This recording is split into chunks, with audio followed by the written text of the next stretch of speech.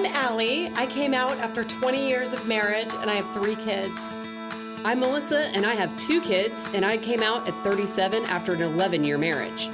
This podcast is about coming out later and the struggles and victories that come with it.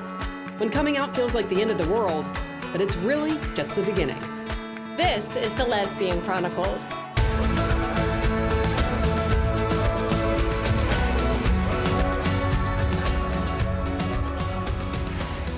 Welcome to the Lesbian Chronicles. Hi. Hi, in person. In person again. And you don't seem shy now. I know. I don't know. I was in a weird mood the other day. I wasn't used to people. I've been locked in my house for so long. You know what? Actually, I was so curious about. I saw your post about your hot tub. When does the hot tub get delivered? So this is an interesting story and kind of like lesbians love hot tubs. What do you think I'm doing? What do you think I'm doing? Why do you think I'm getting one? So my former father-in-law has a hot tub that he no longer uses. Oh, you had a gift. And I was at his house the other day for Brecken's birthday party, and I was like, how often do you use this hot tub? Because he has a built-in pool with a built-in hot tub now. And he was like, I never use it. He's like, it literally doesn't even have water in it. He probably would love to get rid of it. Yeah. And he was like, you want to take it off my hands? And I was like, absolutely. How did you get someone to move the hot tub? Well, I haven't yet. So first of all, I had to get the patio expanded because my patio isn't large enough to fit a hot tub. Yeah. You can't just put it on dirt. No, it's true. It'll sink. It's true. So I got, finally found someone who wasn't out of their skull in Peachtree City with quoting me for what it costs to expand your patio. And had that put in the other day. And next step is I'm going to paint it and like with that grippy paint, so no one busts their ass. And then I'm in the process of like figuring out some strong young men that can help me to move. Should I be offended that you didn't ask me about the design of said patio? You know what? It's funny and hilarious that you asked that question is I just took a picture of my house yesterday and thought I need Allie to brick and batten this because my house is just very plain, like kind of off-white, grayish. Right. And I think I was supposed to get shutters, but mine just didn't get put on. Maybe not. But I kind of like that it doesn't have shutters. I was just going to tell you that I'm kind of a shutter snob. I like that mine doesn't have them, but I noticed other people's have them on there, like with the same design. So I do want you to take a look because I'm like, there's something missing from my house. I'll take a look and tell you in 5 minutes. But then I also, on your concrete, have some ideas. Okay. So we can get into that. I'm going to paint it all. You can paint it, but gray. you should also do something else that's super cool with concrete. Do like a big M in the middle. Not an M, but we can do something super, super awesome that's very inexpensive and adds sick value. Oh, really? Yeah. Okay. Yes. I'm down so we'll for talk it. about that. Awesome. And you just got back from New York. I just got back from New York visiting Tatum, who has mice in her apartment. Holy shit. And she's literally like getting emotional. Like she's like, this is just like not, I don't know. Like, I don't know how to fix it. This is not the life I expected to lead in New York City. They have supers. Like you see on TV, you have a super in your building, and he's a complete dick. And so you call the super for anything, and he just acts like these kids are she's just like there's mice. And he's like, yeah. Yeah, duh, you're in New York City. So she's got that, and she still absolutely loves it, but she is like it's like a thing. Like she's like, I don't sleep. I mean, that is a little mice. gross. It's I would take mice over roaches. She takes videos of the mice and will show me. I mean, that's how much the mice do they are crawl there. on her? No, but she's just like, Mom, you can't imagine. So when I was there, obviously I'm in a hotel, so she stayed at the hotel, and she's like, I'm resting for the first time because I'm not like worried about the mice. Oh my God, poor thing. But then when they were telling her like everyone in New York has mice, I'm like, well, my hotel doesn't have mice. Right, right, exactly. So obviously everybody doesn't have mice. Don't normalize this. Let's not normalize mice.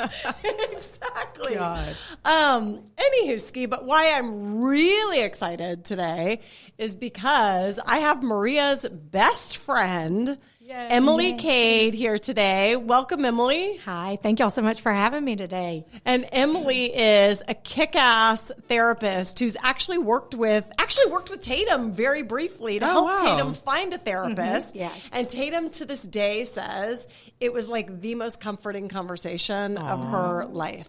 That's so sweet. Yeah. That's so nice. That says to a lot. Yeah, and Emily couldn't see her, obviously, because we're all friends, but she still talks about that. Yeah. So anyway, thank you so much for coming. Absolutely. Thank y'all. I'm really excited to be here and be on the podcast. Yeah. Yes. Good old awesome. Lesbian Chronicles. Love it. I love it.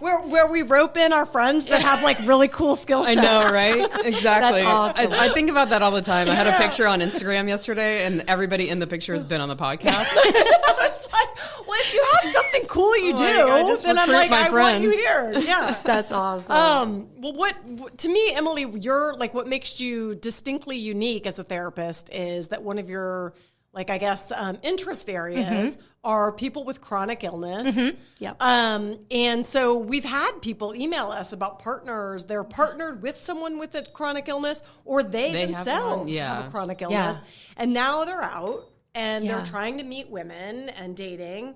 And there's a lot there. Yeah. Like it's hard enough. deal with that. Yeah. And find someone who's going to understand it. Yeah, absolutely. Absolutely. You know, it can be almost like having to come out twice. It is. Yeah, really. absolutely. Yeah. Like I think about that sometimes of like, how would you, like if you meet someone through an app, you don't know anything. So it's like, then do you feel like if you do have a chronic illness and you know it's going to show up, it's like there is something to, like, am I saying this? Like, I don't know. Like, do you how, say it out the gate? Yeah. Right. Yeah. No, I think that's a great question.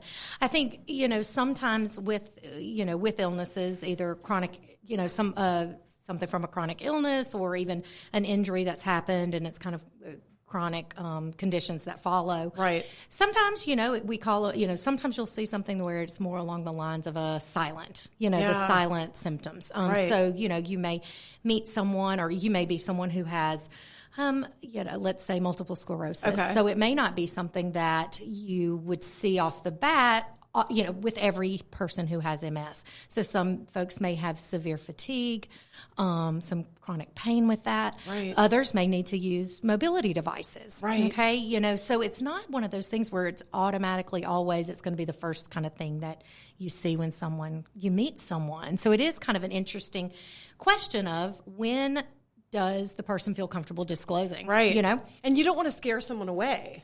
Right. You know? Like and somebody like Melissa, if she thought you were going to be tired, I'd be like, she's get jumping here. out. No.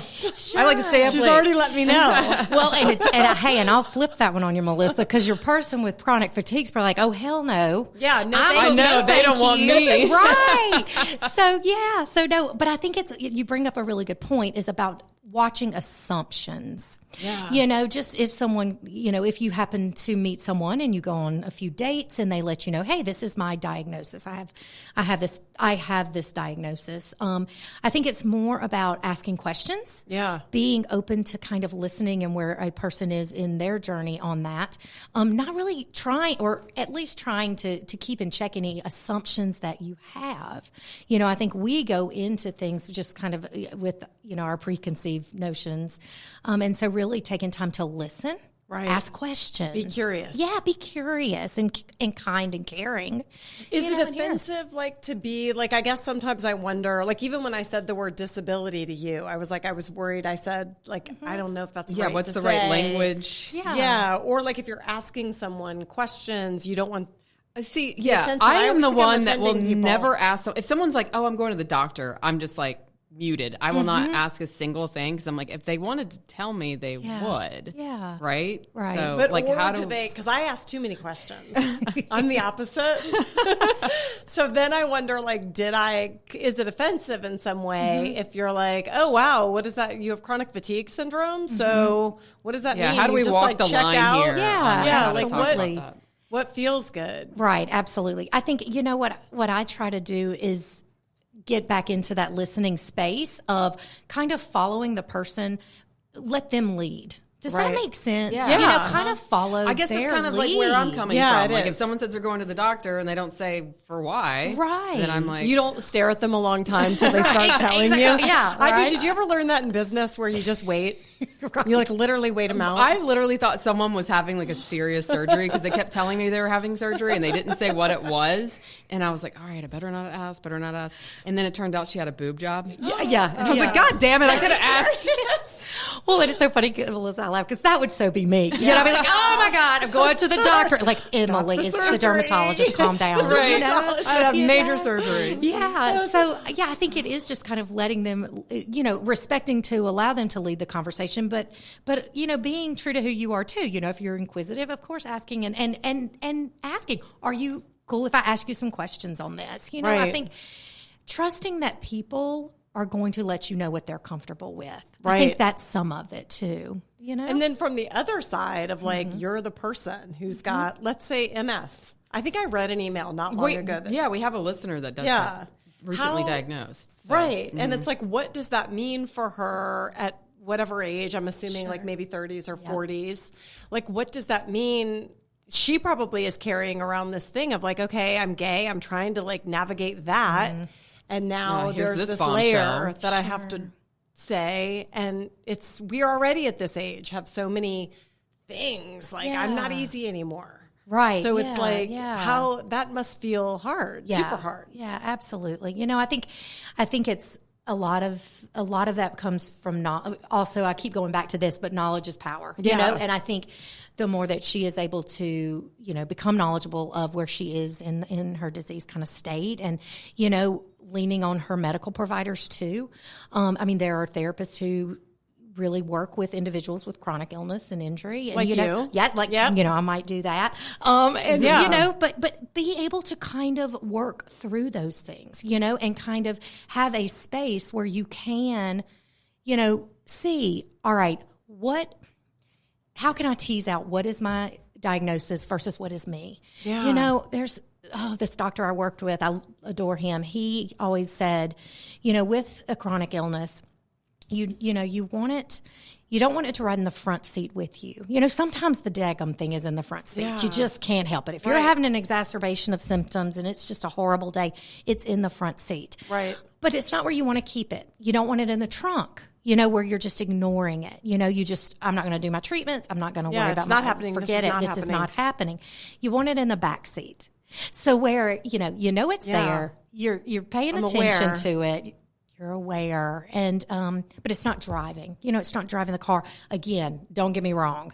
There are times it drives the car. Right. But being able to kind of pull back and say, okay, where are we now? And also knowing that things change over time. Even working with clients who maybe had an injury, say maybe a spinal cord injury or brain injury. Even as they, with aging, sometimes different things can pop up. They have just been rocking along for years at that, in that space. But then as they kind of age, oh my God, my shoulders are killing me, now from using my wheelchair. So I think kind of being open to acknowledging where you are, and being able to, reach out to people that you can talk these things through with, I think it can get really lonely. Yeah, that's what I think. Yeah, kind of holding it in, and lonely, and you are what, like when we came out, it's like immediately I had kind of a tribe of like everybody's going through this thing, and Melissa and I were together. I was never alone, really. I was alone for a few months, and then I met her. Yeah. So it's like I don't know. It does feel like I can imagine, like, if tomorrow I was in a wheelchair, I don't even know anyone personally that is in a wheelchair. So it's like that would feel like, oh my gosh, I'm now, how do I do this? Yeah, absolutely. Even from that position of like, now I'm sitting and you're standing, and it's like even just the optics of it all. Yeah, the eye contact. Yeah, absolutely. And, those are definitely issues that folks deal with and kind of, have to process through and get comfortable with. And, it's not always the easiest road. I work with clients every day that are, going through these, kind of different stages. And like I said, things can wax and wane as well, know. But I think being able to get knowledge, get the education, learn, and like you said, not knowing someone, it's so, it's funny because I was meeting with someone and I was like, I don't even bat an eye when I see someone in a wheelchair because this has been my life. You know what I mean? Like that. This is, for 23 years, I graduated with my master's degree 23 years ago. And I've really kind of been in this space, working with individuals with like illness and injury, and families Yeah. and, and all of that since spouses, yeah, the kids, so, well, like teens and that kind of thing. So, but I say that to say, starting to find that tribe, Yeah. And reaching out to your local providers, okay, this is where I'm at, where can I maybe find my group? Are there some support groups? Are there some fun stuff like, okay, an adaptive yoga class, to be able to find out what is out there. We're lucky in Atlanta.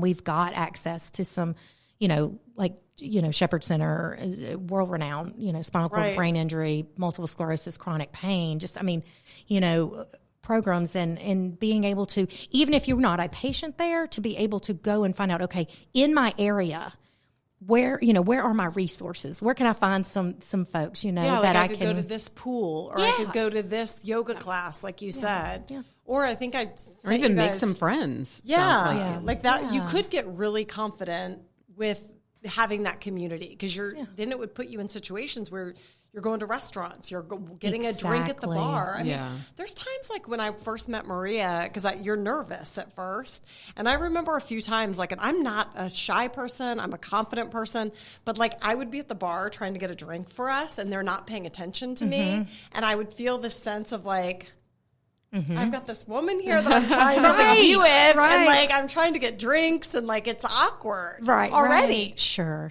absolutely. So I think that I have compassion around that. Mm-hmm. Absolutely, yeah, and people learning to find their voice, and it takes work, it takes time sometimes, Right. And again, you've got like I said earlier, you've got some diagnosis where, someone has a diagnosis and you can see it, and then you've got the others that are, more invisible and can be difficult too. There'll be, I've been with someone before, probably, when someone parked in a handicap designated parking spot and they hopped out of the car and went into the store, and an assumption would be, well, what the hell are they doing parking there? Me. Yeah. That would be me. And I'm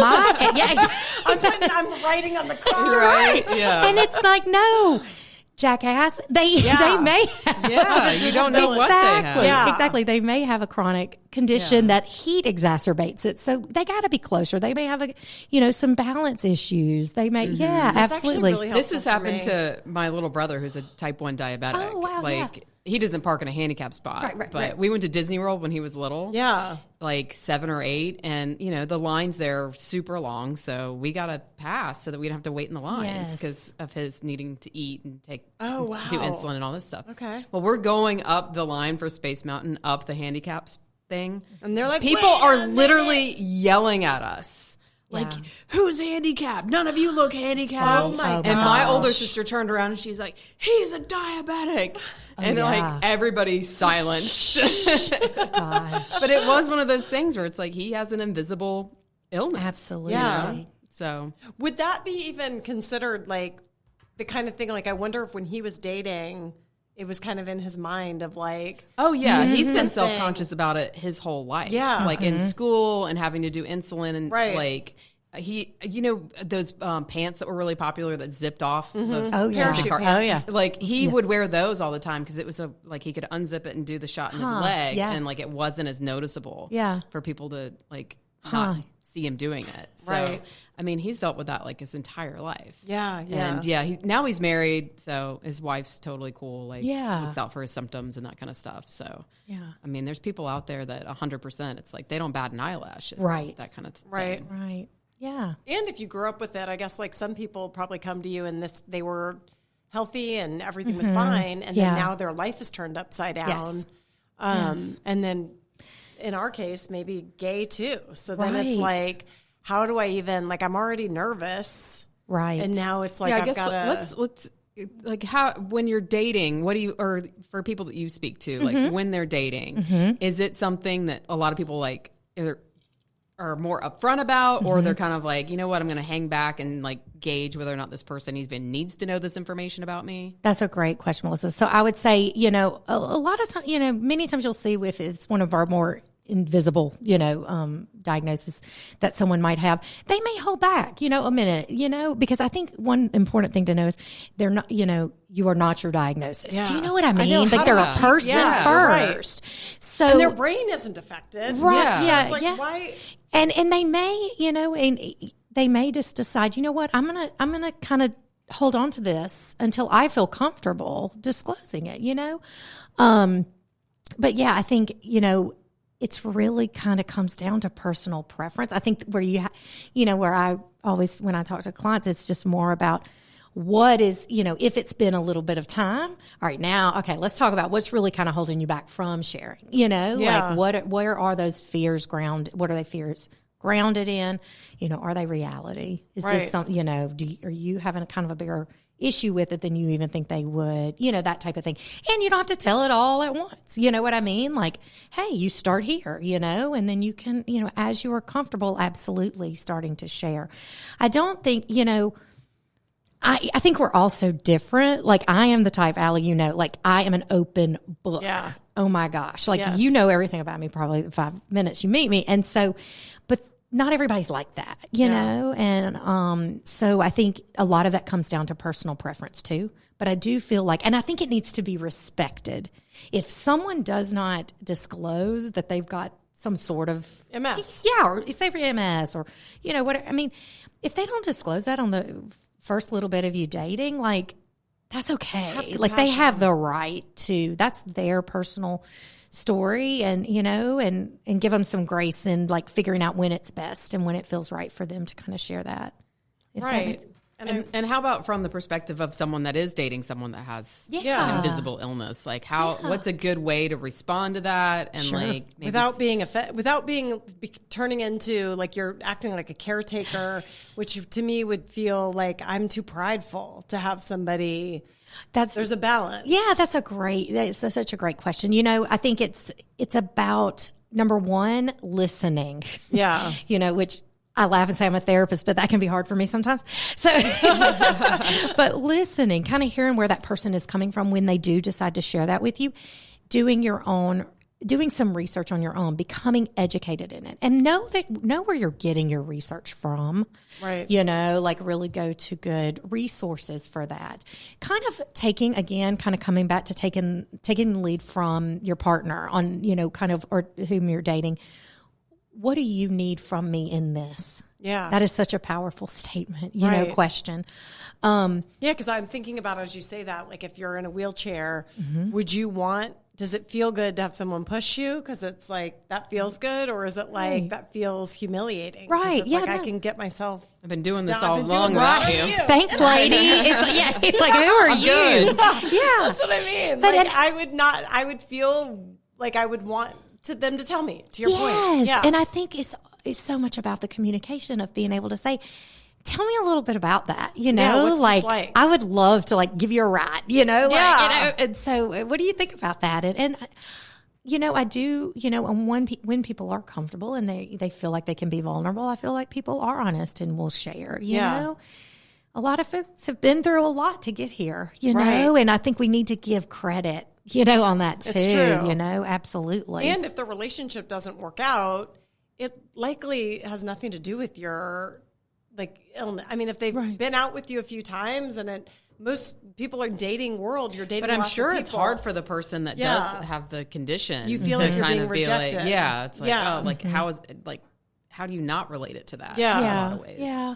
I mean, I think it comes down to, it's very on a personal level, I mean, I am sure that there are people who, absolutely it can kind of feel like that. When I'm working with someone and they're out in the dating world and starting to meet people, it can be top of mind at times.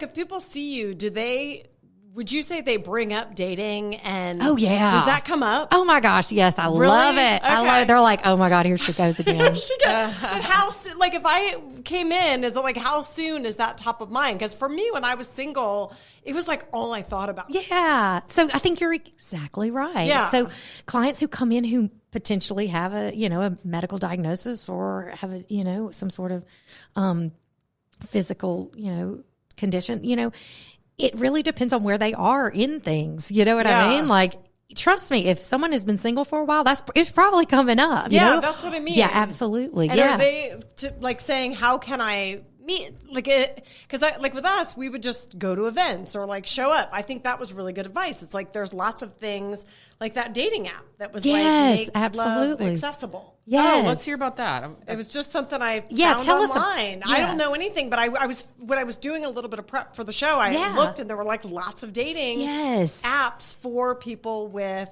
chronic illnesses, disabilities. So it's like then you're showing up and sharing your story together. Yeah. And their tagline was "Make love accessible." That's neat. Yeah, absolutely. I have no idea. And you know, like even I think with OkCupid, if I'm not mistaken, it's been a while since I've been on. I must say, I have to put that caveat in there. But I think there is even a question about like, what is the first thing someone would notice about you? Someone may say, "My eyes are blue." Someone may say, "I utilize a cane for mobility." You know, it's really going to be that personal preference of kind of what someone is putting out there. Right. You know, absolutely. That's interesting. The mainstream apps should have like a thing where you can put stuff. I mean, maybe not, but like for me personally, I would want it all out there. That's just me because I would feel like I wouldn't want to show up and then read on your face that you're like sizing me up in some way of like, so that would be helpful for someone like me. Yeah. Well, and I will say, you know, and, you know, please know I come from a seat of like a support partner. You know what I mean? Like so I can't speak completely for how someone with, you know, with the illness or injury would feel. But what I can say is, you know, I feel people, you know, in my experience and hearing their stories, they absolutely, you know, are putting that out there and, you know, before they meet but you know what? I don't think it's something that you always have to. No, they don't have to. I'm just thinking for me personally, it's kind of like I remember saying to Melissa, like I would never, if I was putting pictures of myself up, like I was always thinking if it were me, I would, when we would, Melissa or Melena, like any of our friends that were on dating apps, they would say that a lot of times like you'd meet the person and it was like nothing like what you thought. And I remember always saying like I would have not done that because I would have wanted people to see me exactly what I am, for better, for worse, so that then I'm showing up and you're, you know, there's no look on your face that rattles me. I don't know. That's and that's me. about you. That's my insecurity. Yeah, and that's your stuff. Me. Yeah. So it's like I wonder if it'd be nice if people could share if they wanted, even like in that process of meeting people. Sure, absolutely. And I think people do. Some people do, yeah. And I think that goes back to the front seat, back seat trunk. Yeah. You know, like, look, it's not riding shotgun with you. You know, it's not riding up front seat all the time at all. No, it shouldn't. As it should. It's you know, like one part of you. You know, I say shouldn't, but you know, I mean, as you know, exactly. It's just it's a piece. Yeah, it's a piece of your story, right? You know. Yeah, absolutely. I guess that's another question. Like, if you were to be dating someone who was in a wheelchair. Like, is it like, what's the correct way to kind of ask someone, like, how did this happen? Like, oh yeah, that's a great question. I mean, I think pretty much, you know, I think I think it's whatever you're comfortable with in the situation where, you know, I think saying to someone, you know, are you okay if I ask you a couple of questions? Like, are you cool with that? You know, kind of being, curious. You know, and coming from a place of kindness and coming from a place of, you know, not questioning. You know, I mean, look, people can communicate however they want to, but it seems that, you know, coming from a place of curiosity, a place of genuine, you know, caring and you know, and interest of, you know, absolutely. I don't know if that kind of answers that a little bit. No, it does. Yeah, I think that, and you probably get a feel right away for someone. I was going to say, like, I think some people you can kind of read as to whether or not they're going to want to talk about it, want to share. Exactly. 'Cause, I mean, I guess where I'm coming from too is sometimes those stories are really traumatic. Yes. Right. You know? No, yes, absolutely. Like, that's a really... It's a scary... Yeah, because then there's like a whole nother layer that they're dealing with. Yeah. If it was a traumatic injury, then it's like, it's more to it than just... Well, and it depends on, like how long ago was did the injury occur? And, you know, there are different layers, you know, absolutely. I think I go back again to like kind of following that lead, like how much are you, you know, comfortable sharing about this, you know, just being very, you know, kind of more inquisitive and kind. And I do feel, not everyone is gonna, this is like anybody in life, different people are going to be comfortable sharing different amounts of information. It's true. Some people are going to want to talk about stuff. Some people are not. Can we talk really quick though about chronic fatigue syndrome? Because I do see that more and more coming up. Like somebody who has that wouldn't show up, obviously. Like I'd meet you, I'd have no idea. But then is the idea that like I have to tell you because I may feel like I don't want to go out to dinner at 9:00 because I have to be in bed or I'm kind of sounds like me. No, I was going to say that kind of person would be, actually that kind of person would be really good for me. How do you handle it, Allie? Exactly. What do you say? So I wonder, like, first of all, do you notice it more? Because I feel like I do have people tell me more that they know someone with it, or like I've seen emails from our people, like saying that. Like it just seems like I never heard of that before, and now I hear about it a lot. Yeah, absolutely. That is an absolute diagnosis that that it's more common and absolutely. And I think you're right. That can't, you can have those good days and you can have those rough days with it, And so I think, really for that person to be able to kind of decide, all right, what are they really comfortable in? What helps them feel better, and I think that's a question for a partner could have or someone you're dating. All right, what helps? Is there anything that I can do that kind of helps? To conserve energy. Sure, or to like, exactly. And I mean, there's a lot of, different types of diagnoses that, where you, like I said, you can't see it, but it's definitely there and it, and it can, affect their everything. fatigue, their, cognition sometimes. I mean, you can get, certain conditions, you may have some brain fog sometimes. Yeah. People aren't just forgetting, to turn dinner on because they're just wanting to not turn dinner on. You know what I mean? Yeah, exactly. Or they may have COVID. forgotten. Yeah. Right. And it's so, I actually had written that down because that's another thing now that we're seeing even more of it is even, kind of long COVID, and kind of seeing. What would that look like? Yeah. So, I mean, folks who have had a diagnosis of COVID and then symptoms really can last, certain symptoms can really linger longer, and we've seen some people with different, like cognitive kind of like a brain fog. Well, that's how I knew I had COVID recently. I was like, I couldn't think straight. And it hit me. I was like, I wonder if I have COVID. But like, what is that? And describe that. Like you couldn't, like you'd be sitting trying to do your writing. I can't get this I was done. trying to decide what I needed to do. Like I had just gotten back to my house and I had a lot of things that I needed to do, but my mind was just like kind of blank. Yeah. And it was like, I couldn't like land on what it was that I needed to like even step one.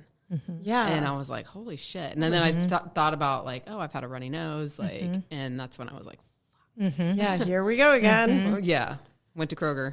There you go. Then, yeah. I mean, and it is, I mean, that's another one. And then I was that's exhausted sticking around for a few days. Like, and thankfully mine was not long COVID. Right. But yeah, it is like, I have heard a lot about that. Like that these symptoms are sticking around. For When like do they months consider and it? months. Okay, so if it's like goes on and on for a month, then it's like people start to think maybe it's long COVID. Yeah, I mean, it's longer than just a month. It's like months on end. Yeah, it's one of those things where, typically with COVID, you're going to be recovering within a few weeks. But if it's kind of hanging on after that and like severe fatigue, the brain fog, what about your breathing? Lungs? Yes. Okay. Respiratory symptoms that can still, kind of hang along too. And so, we are seeing more folks who are, kind of dealing with that and having to process that, And it's like the energy it takes to go out on a date.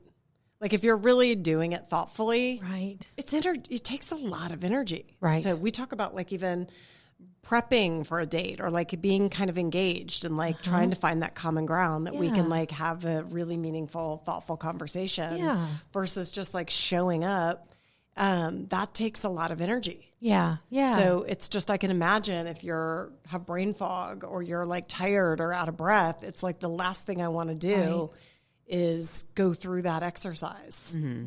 That's debilitating. Yeah. And then the anxiety of, am I going to get this again? You know what I mean? Yeah. Yeah. And then what? Yeah. So it's real. I mean, it's people are really kind of struggling with that as well. Right. Yeah. I mean, I think it goes back again, to really kind of seeing where someone is. And I think one of my dearest friends used to say, she would say, assume goodwill. Oh my God. I need to have that tattooed on my arm. Okay. Assume goodwill. Yeah. And I think when I think about this, like if you start dating someone and they've just gotten diagnosed with COVID and then it ends up dragging on and, kind of going back to, okay, all right, I'm going to assume goodwill. Like I'm going to assume that, what can I do? What can I do to help them out right now? Hey, let's just have takeout and hang out in front of the TV. Let them off the hook. Yeah.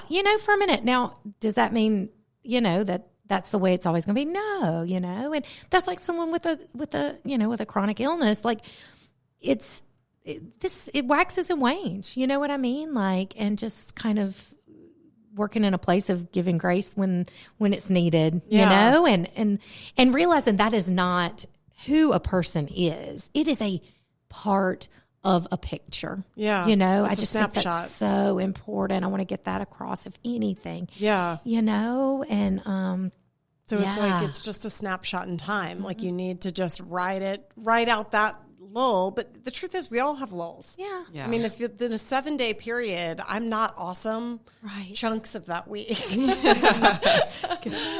Good portions. Yeah.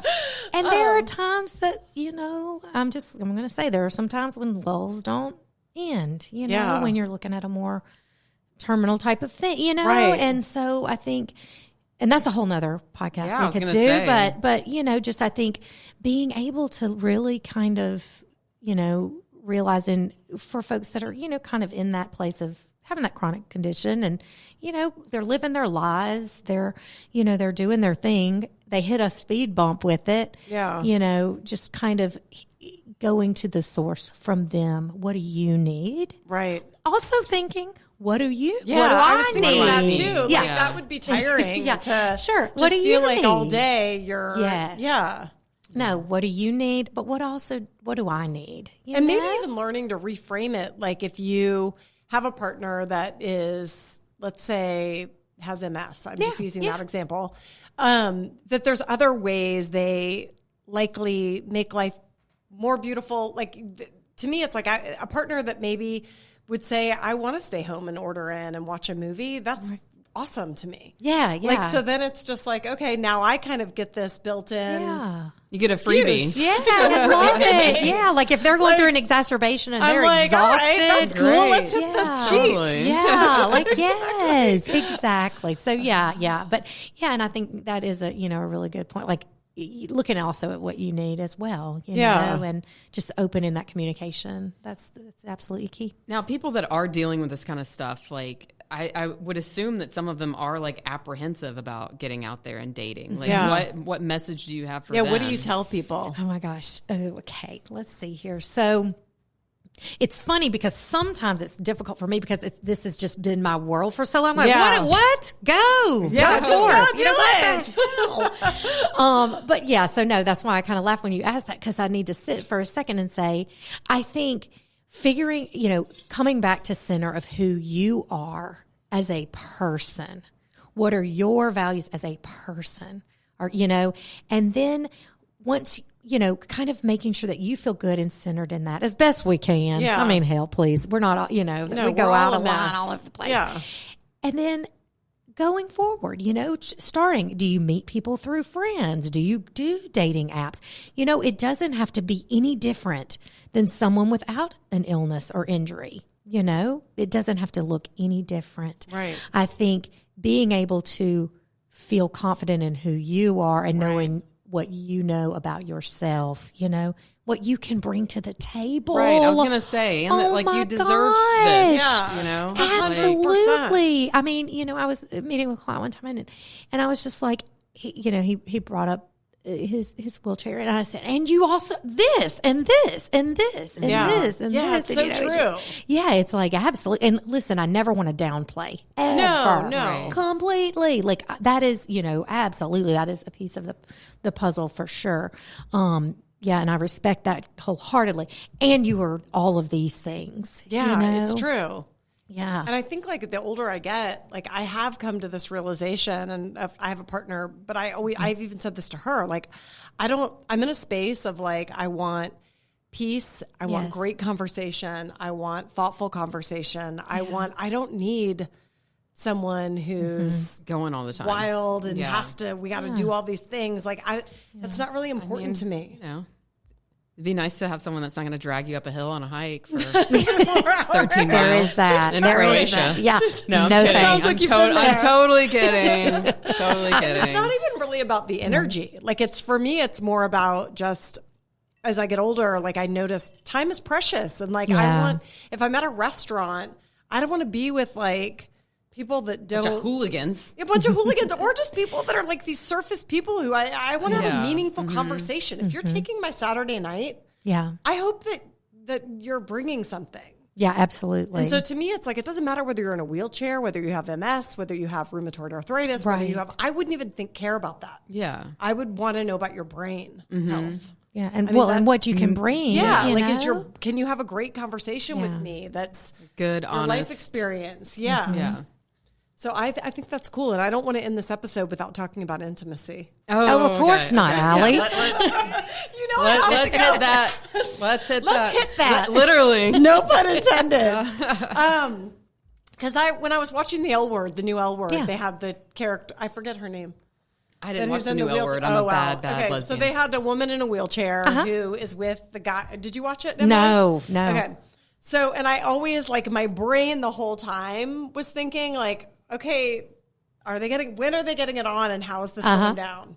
Like, I'm always curious. She did a play-by-play. Right. And then eventually they did go to, like, a love scene with them. Yeah. And it was great. But I was so curious around, like, I don't know, like from your experience, like I'm thinking like as a partner, for one thing, if your partner that you've been with all these years has an accident, and now this is off the table. Is it ever totally off the table? No. Okay. Well, I guess that's really the bottom line question. Like what do we have in our heads that is totally incorrect? What's Incorrect? That's a great question. I think that is such a myth that people have, you know, and carry around, is that kind of is gone and done. Yeah, absolutely not. I mean, now can sometimes things change? Yes. Could it look differently? Yes. I mean, there may be times when, someone may have a issue having an erection, just I say natural, without medication or things like that. I mean, this is a lesbian show. Oh my God. I literally just said erection on the lesbian podcast. Okay. That's going to be the name of the title. Y'all, oh my God. Please take that out. Okay. So We're keeping it. Or, okay, let's say there's limited sensation. Okay. Let's go there. Yep. There are, hey, do we pull out more toys? Do we find other ways to fulfill? I mean, I think just making an assumption that it sexually, quote unquote, you can't go there. Yeah. And feeling like somebody isn't sexual. Do you know what I mean? Yeah, like you turn them into this asexual being. Hell no. And they're so not. And they're like, wait a minute. No. I mean, I'm telling you. Yeah, absolutely. So I think understanding that is not all. No, that is not the case, I would say. Now, listen, yes, of course, there are times when individuals may have pain with sex or, different things like that. Absolutely. Or they may be exhausted. Yeah. And just, y'all, I can't, just do what you need to do. And, absolutely. Wait, revisit that. Allie's like, can I get a permission slip? What? Yeah, so I say I have a headache and I'm really tired. Exactly. So, yeah. So, but I think that's a great point you bring up. Like, yeah, I think that is something that can be a misconception. Yeah. But that is not reality. Now, there's always stipulation. Yes, always a workaround. Yeah, and some people may, it also comes down to how do you feel about yourself sometimes too, and becoming comfortable and absolutely. That seems to be what keeps with everything. It's like get confident or comfortable with your diagnosis. And then put it in the back seat. Yeah, put it in the back seat. Just that sucker's going to jump in the front sometimes, Yeah. But take care of it. Never put it in the trunk. Yeah, right? Don't put it in the trunk. No trunk. We don't want to ignore it. But, absolutely. Take a peek in the back seat once in a while. Make sure you're doing what you can and what you need to.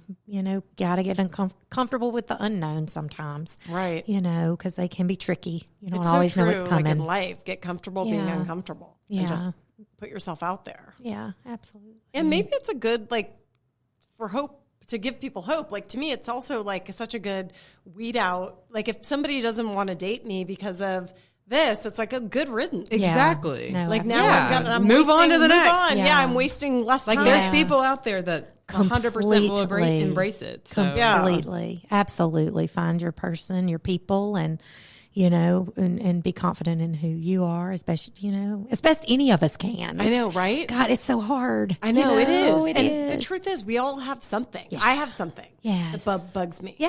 We all. Let's hear it. Maybe another day. But we all definitely do. Yeah. I've got a friend who, it's actually a friend of a friend who we had dinner with, and I found out that she's got, this major thing that I never even noticed. We're to sitting break through the HIPAA whole laws. dinner. I'm not. Careful. But when we got home, Maria disclosed to me something that I was blown away. I had no idea. I'd had an hour-long conversation with this woman. And I know it's heavy on her. And it really made me think that, wow, everybody know what has someone's something. going through. Yeah, you don't everybody has something. Yeah. Yeah. So I think that's good to know too, because then it's just we're all on this journey carrying around something. Absolutely. Absolutely. Maybe the next episode we'll all disclose. Maybe. Yeah, exactly. Tune in next time. Emily, you are a pleasure. Oh, y'all, thank this you has so been much. so much fun. You're an amazing therapist. Thank Everybody you. who I know that goes to you says that. I know multiple people. Thank you. So Give yourself a quick plug Yeah, here. So no, people sure. in Georgia, they can it's reach out to you. Cade, tell us your website is fantastic, but her website's fantastic, but her office is gorgeous. Yeah. I do love my office. But okay, Yeah. tell me the website. Tell Sure. our listeners the website, and then I'll read your email. Yeah, so I'm at Cade Therapy Services. I'm Emily Cade, and it's cadetherapy.com. And you can always reach out to me that way, or if you want to reach out via email, it's emily@cadetherapy.com. Did you already say that? CADE? Yeah, there you go. CADE. Yeah, and I love what I do.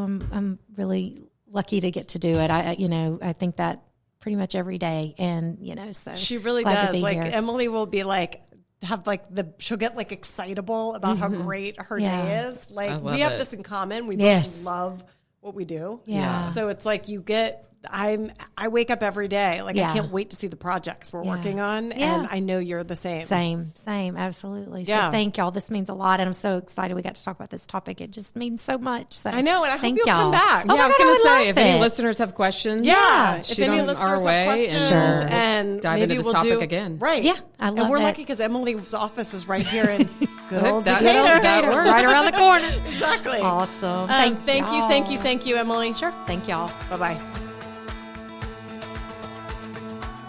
Want to support the Lesbian Chronicles podcast? Rate us and write a review on Apple Podcasts or Spotify. We love listener feedback. If you'd like to share your story, email us at melissaandallie@gmail.com.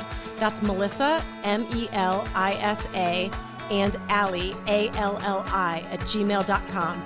Or follow us on Instagram at Lesbian Chronicles.